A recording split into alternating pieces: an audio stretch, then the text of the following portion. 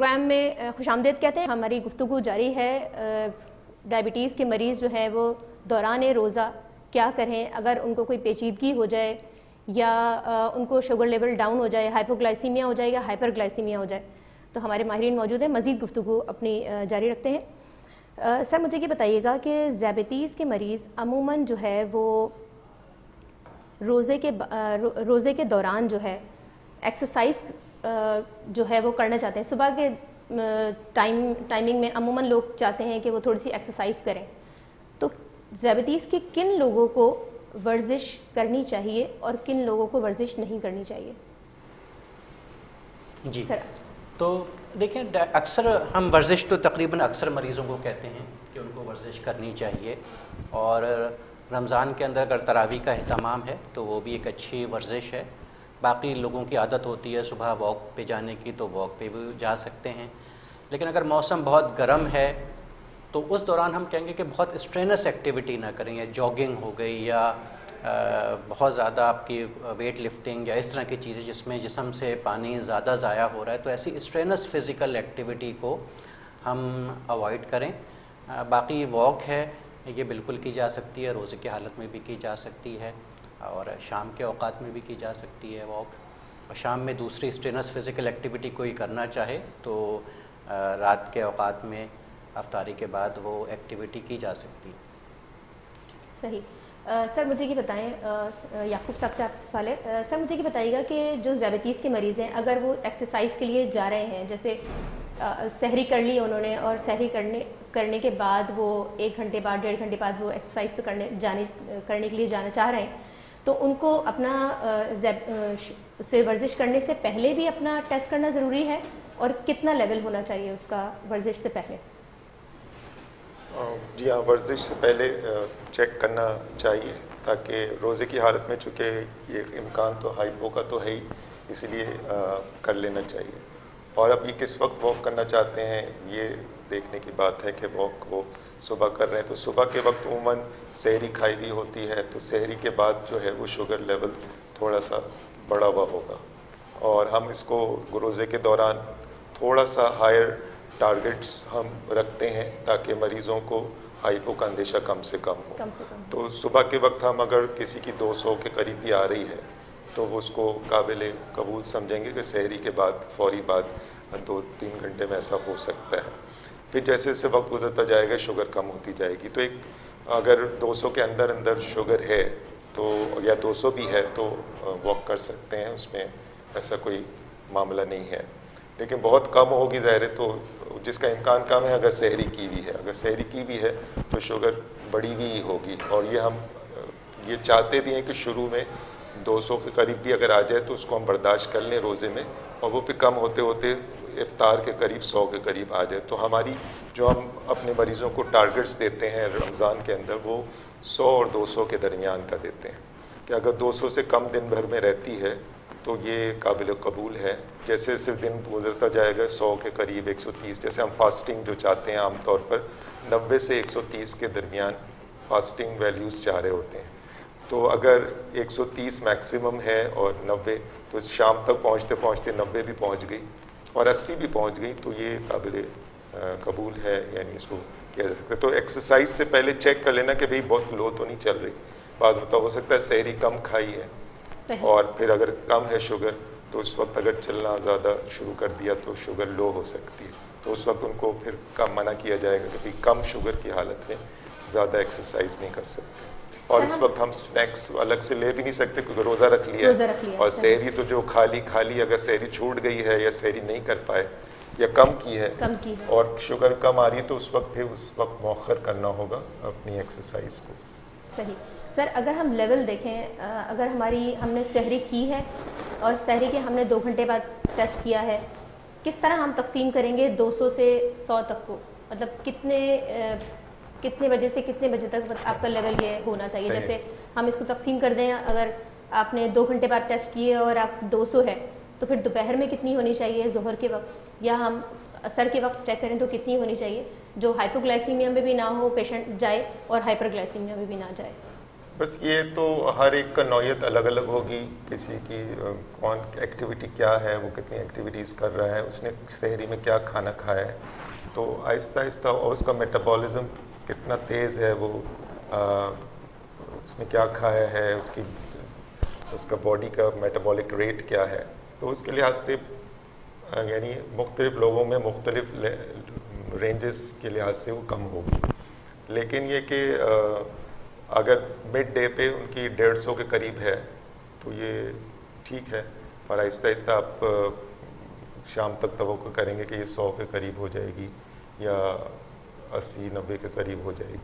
लेकिन मेरे जहन में तो नहीं है कि कोई ऐसा कोई फार्मूला है कि जिससे आप बता सकें कि दिन मिड डे पे कितनी होगी। और जी, तो कैसे स्पेसिफिक नंबर नहीं है, लेकिन जैसे हम दोपहर के औकात में और शाम के औकात में चाहेंगे कि भाई शुगर्स जो है वो 100 के आसपास हो, तो अगर सहरी के 2 घंटे के बाद 140 से लेके 200 तक शुगर है तो ये बहुत अच्छी शुगर कहलाएगी।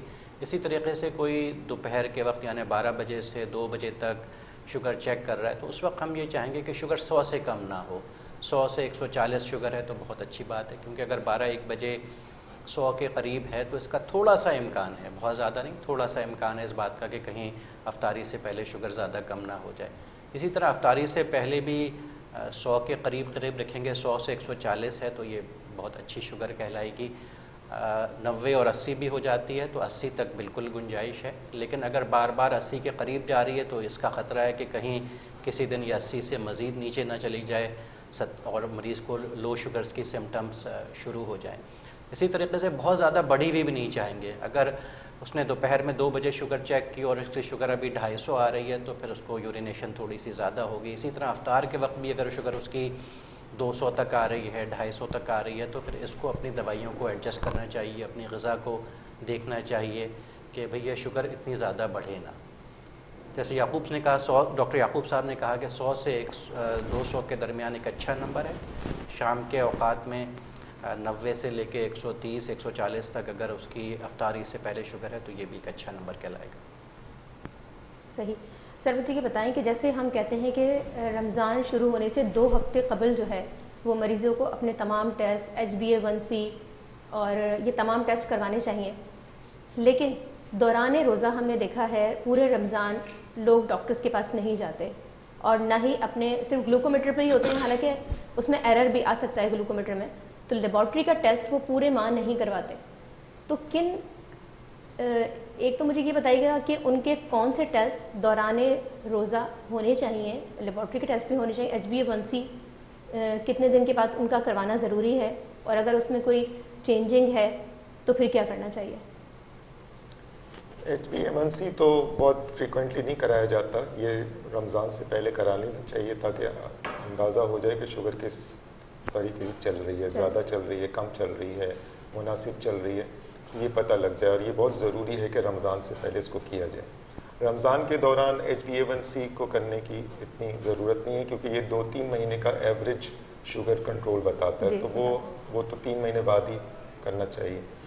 इसके अलावा अलामात पे मुनहसर है कि रोज़े के दौरान क्या अलामात हो रही हैं, डिहाइड्रेशन हो रही है या पेशाब में कमी वाक़ई हो गई है, उल्टियाँ हो रही हैं या कोई और इस तरह की अलामात हो रही हैं, तो फिर नमकियात को चेक करना चाहिए, गुर्दे के फंक्शंस चेक करने चाहिए अगर इस तरह की कोई कैफियत हो रही है।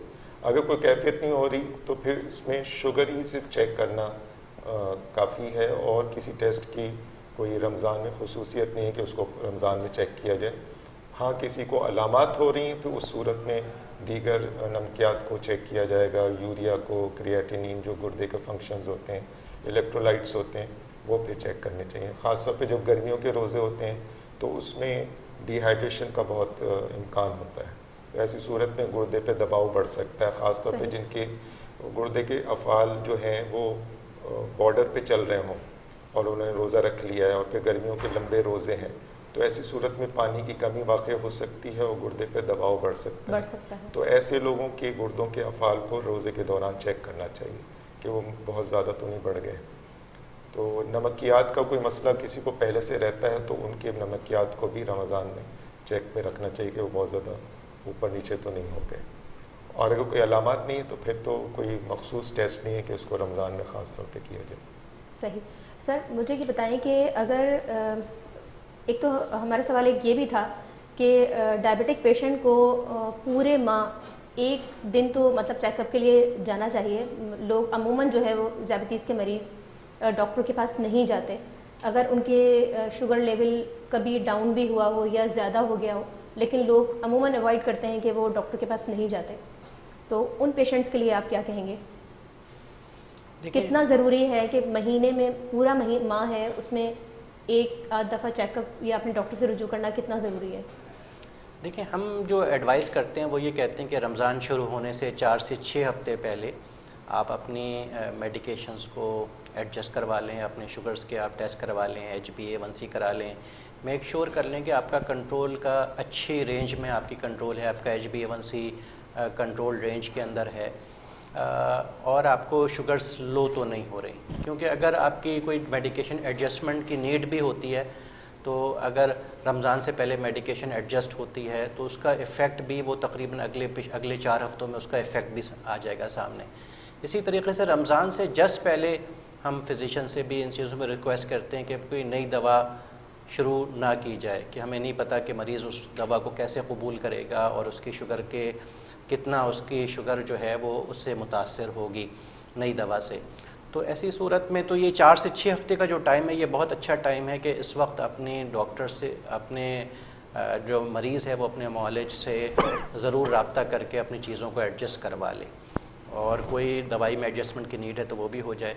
रमज़ान में अगर उसकी शुगर जैसे हमने डिस्कस की नॉर्मल रेंजेस, तो आजकल ग्लूकोमीटर्स काफ़ी एक्यूरेट हैं और ये अच्छे मतलब है कि तकरीबन करीब वही रेंजेस दे देते हैं जो लेबॉर्ट्री रेंज देती है। तो अगर घर में वो चेक कर रहे हैं, उनकी शुगर बहुत ज़्यादा बड़ी भी नहीं आ रही, उन्होंने अपनी ग़िज़ा का ख्याल रखा हुआ है और अपनी दवाइयाँ जिस तरह उनके डॉक्टर ने बताई हैं उनको उसी तरीके से ले रहे हैं और उनकी शुगर हाई भी नहीं हो रही, लो भी नहीं हो रही, तो फिर उनको डॉक्टर से रमज़ान के दौरान दिखाना ज़रूरी नहीं है। लेकिन अगर ये लग रहा है कि उनकी खुदा न खास्ता शुगर रोज़े के दौरान लो हो गई थी और उनको रोज़ा खोलना पड़ गया था, तो ऐसी सूरत में वो अपने डॉक्टर से ज़रूर रब्ता करें ताकि उनकी दवाइयों को मज़ीद एडजस्ट किया जा सके कि भाई दोबारा ये कैफियत ना हो, खुदा न खास्ता दोबारा उनको रोज़ा ना खोलना पड़े। इसी तरीके से अगर शुगर मुस्तकिल 200 से ऊपर चल रही है और उनको बार बार यूरिनेशन आ रही है और शाम तक उनकी जो है काफ़ी उनको डिहाइड्रेशन हो जाती है, तो ऐसी सूरत में भी वो अपने डॉक्टर से फ़ौरन रब्ता करें कि अपनी मेडिकेशंस को एडजस्ट कराएं। अगर बदपरहेज़ी हो रही है तो इसको वो अवॉइड करें, अपनी ग़िज़ा का सही ख्याल रखें और डॉक्टर से इस सूरत में ज़रूर रब्ता करें कि वो कहीं आपका रोज़ा आगे जाके ख़राब ना हो जाए और आपको रोज़े में तकलीफ़ ना हो जाए। तो इसके लिए ज़रूर अपनी दवाइयों को एडजस्ट कराएं अगर शुगर आपकी बढ़ी हुई चल रही है तो। एक ब्रेक लेते हैं, ब्रेक के बाद वापस आते हैं।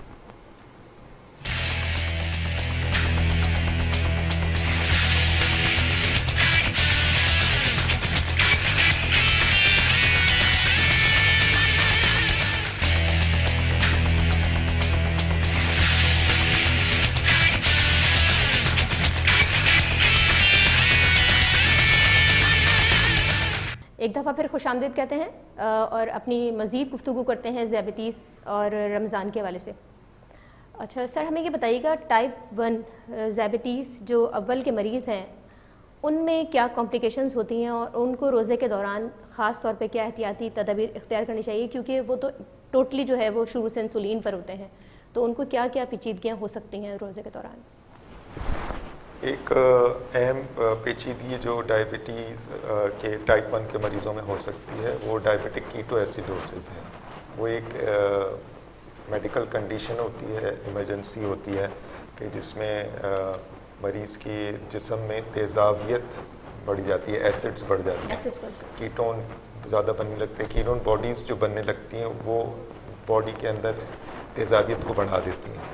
तो ये कॉम्प्लिकेशन होती है जिसमें बहुत ज़्यादा डिहाइड्रेशन हो जाती है, जिस्म में पानी की कमी हो जाती है, तेज़ाबियत बढ़ जाती है जिस्म में खून के अंदर और सांस तेज़ तेज़ आने लगते हैं, पे बॉडी एकदम यानी आदमी डिहाइड्रेशन महसूस भी करता है और को नज़र भी आ रही होती।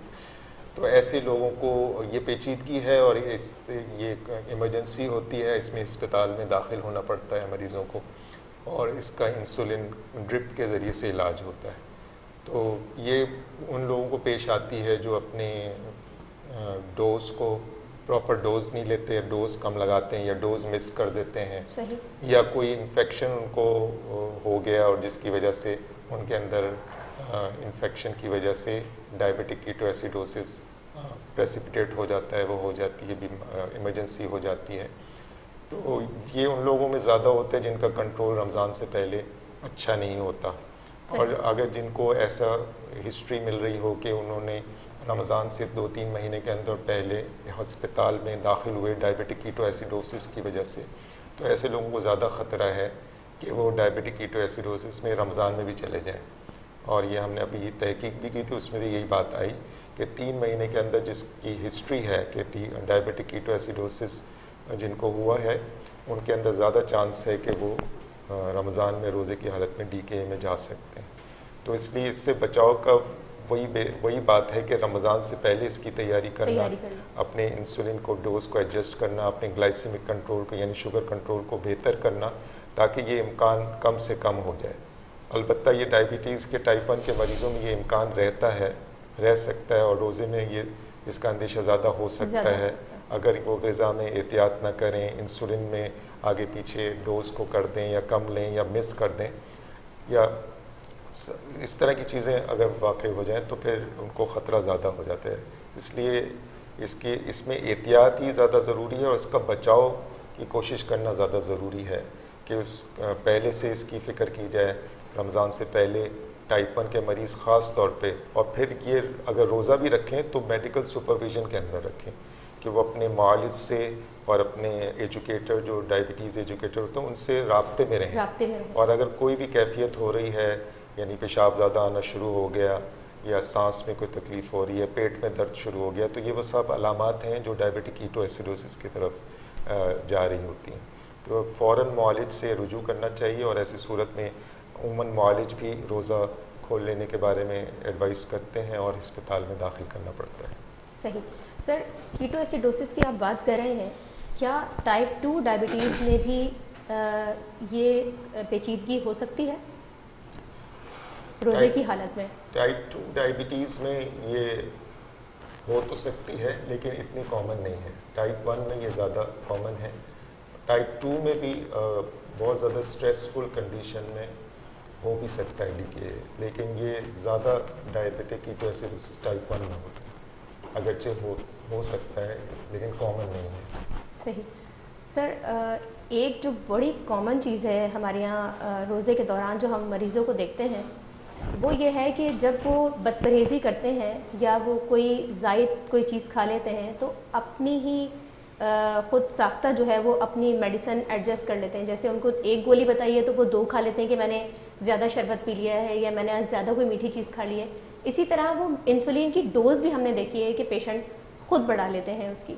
तो उसके क्या नुकसानात हो सकते हैं कि ख़ुद साख्ता ही डॉक्टर से पूछे बगैर और आप एडजस्ट कर लें? देखिए, सबसे अहम बात तो इसमें ये कि बदपरहेज़ी ना की जाए। ठीक है, तो क्योंकि रमज़ान एक बहुत अच्छा मौका है कि आप अपने शुगर्स को भी अच्छे कंट्रोल में कर सकते हैं। अगर आपका वज़न ज़्यादा है तो उसको भी आप जिसे कहना चाहिए कि मुनासिब लेवल पर आने में रमज़ान के जो रोज़े हैं वो मदद दे सकते हैं। तो ये तो बहुत अच्छा मौका होता है कि जहाँ आप अपनी रूहानी फ़वाइद हासिल कर रहे हैं वहाँ उसके साथ साथ जिस्मानी फ़वाइद भी हासिल कर लें। बाकी जहाँ तक टैबलेट्स का ताल्लुक़ है तो हम जनरली कहते हैं कि भाई टैबलेट्स जो है वो ज़्यादा ना ली जाए, क्योंकि बाज़ टैबलेट्स ऐसी हैं जिनका असर 24 घंटे तक रहता है। तो अगर अभी आपने अफ्तारी में वो ज़्यादा ले ली या आपने अफ्तार के बाद एक्स्ट्रा डोज ले ली तो इस बात का इम्कान है कि कहीं वो अगले दिन जाकर आपकी शुगर को रोज़े के दौरान लो ना करा दे। इसी तरीके से जहाँ तक इंसुलिन का ताल्लुक़ है तो उसमें डिपेंड करता है। में से सेल्फ़ डायबिटीज़ मैनेजमेंट जो है ये भी बाज़ मरीज़ों को सिखाई जाती है और बाज़ मरीज़ों को हम ये कहते हैं कि वो अपने ये वाली इंसुलिन जो है इसका ताल्लुक़ आपके खाने के साथ है। तो अगर वो पहले से उसका इस्तेमाल जानते हैं तो अगर वो उनसे कोई बदपरहेज़ी हो रही है या बदपरहेज़ी जैसे वो कुछ करने जा रहे हैं तो वो इस तरह की जो शॉर्ट एक्टिंग या रैपिड एक्टिंग इंसुलिन होती हैं उनके कुछ एक्स्ट्रा यूनिट्स वो ले सकते हैं ताकि उनकी शुगर आउट ऑफ कंट्रोल ना जाए। लेकिन जो लॉन्ग एक्टिंग इंसुलिन्स हैं जो 24 घंटे काम करती हैं या जिनका असर 12 घंटे 18 घंटे तक रहता है, तो उनके डोज बढ़ाने से नुकसान बिल्कुल हो सकता है अगले दिन। तो ये सारी चीज़ें जो जैसे डॉक्टर याकूब साहब ने भी कहा कि पहले से मरीज़ की हमें डायबिटीज़ एजुकेशन जो है ये बहुत अहम है कि मरीज़ की एजुकेशन हो डायबिटीज़ के हवाले से, और अपनी बाज़ दफ़ा डोज एडजस्टमेंट्स भी हम अपने मरीज़ों को सिखाते हैं और वो जो फिर देखते हैं कि वो इसको किस तरीके से वो कर रहे हैं। सही।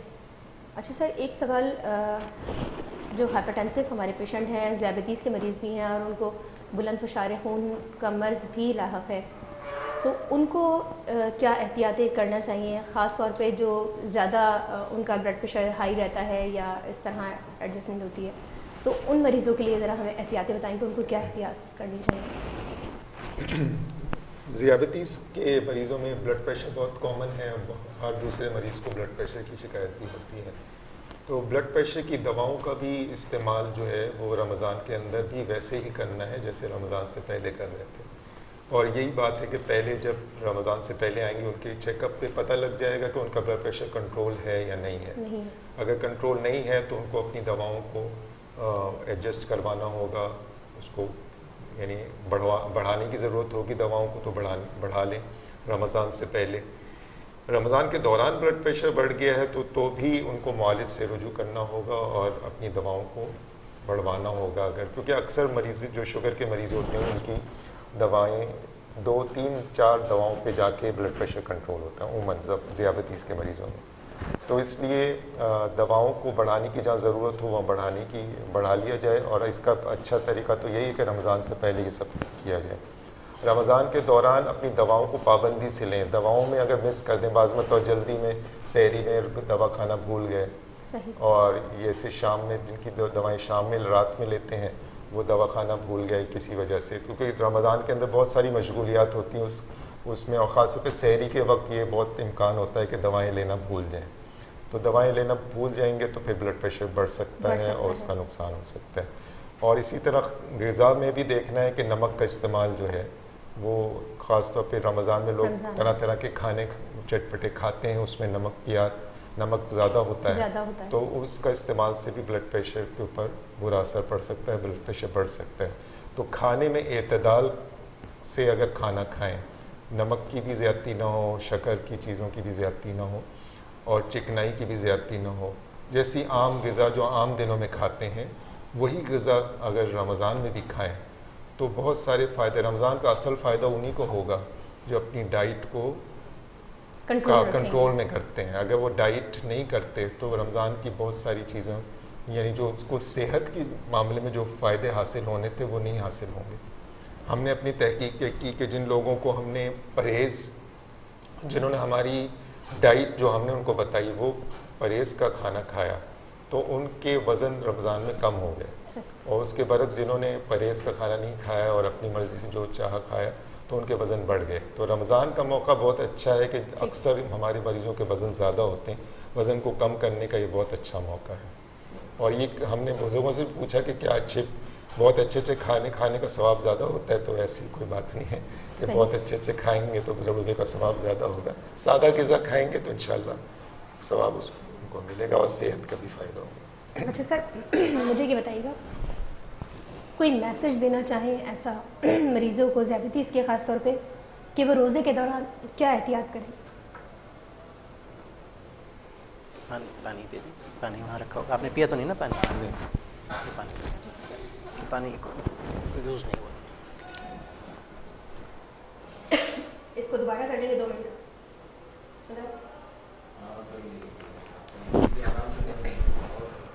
सर मुझे बताइएगा, एहतियात के हवाले से आप बता रहे थे, आप कंटिन्यू कीजिए। जी, तो रमज़ान के अंदर जो मैसेज हम देना चाहेंगे वो यही कि रमज़ान की तैयारी जो है वो रजब और शाबान से हमें कर देनी चाहिए। हुज़ूर सल्लल्लाहु अलैहि वसल्लम को भी रमज़ान का जो इंतज़ार था वो रजब से शुरू हो जाया करता था। तो इसके लिए आप जो है तकरीबन महीने पहले, 1.5 महीने पहले अपने मौलिज से रब्ता कर लें। अपने डायबिटीज़ अगर कंट्रोल में नहीं है तो मेडिकेशंस एडजस्ट करवा लें। फिर उनसे पूछ लें कि रमज़ान में मैं इन दवाइयों को किस तरीके से इस्तेमाल करूं। और जो इसी तरीके से जो ग़िज़ाई एहतियात है वो भी पूरे तौर से करनी चाहिए, क्योंकि दोनों सूरतें देखने में आती हैं। बाज़ लोगों का कंट्रोल ख़राब हो जाता है, वज़न बढ़ जाता है रमज़ान के दौरान, और बाज़ लोगों को जो है उनका शुगर का कंट्रोल भी इम्प्रूव हो जाता है, उनका वज़न भी मुनासिब हो जाता है। तो इसलिए एहतियात रमज़ान में ज़रूरी है। हमारे प्रोग्राम का वक्त अब ख़त्म होता है। उम्मीद है नाजरीन कि आपको बहुत ज़्यादा मालूमात हमारे माहिरीन से मिली होगी इस हवाले से कि रोज़े के दौरान ज़ियाबतीस के मरीज़ों को क्या करना चाहिए। अपनी होस्ट शाहीन सिद्दीकी को इजाज़त दीजिएगा। अगले प्रोग्राम के लिए जब तक हम अगला प्रोग्राम इंशाल्लाह तरतीब देंगे, अपनी होस्ट को इजाज़त दीजिएगा। अल्लाह हाफ़िज़।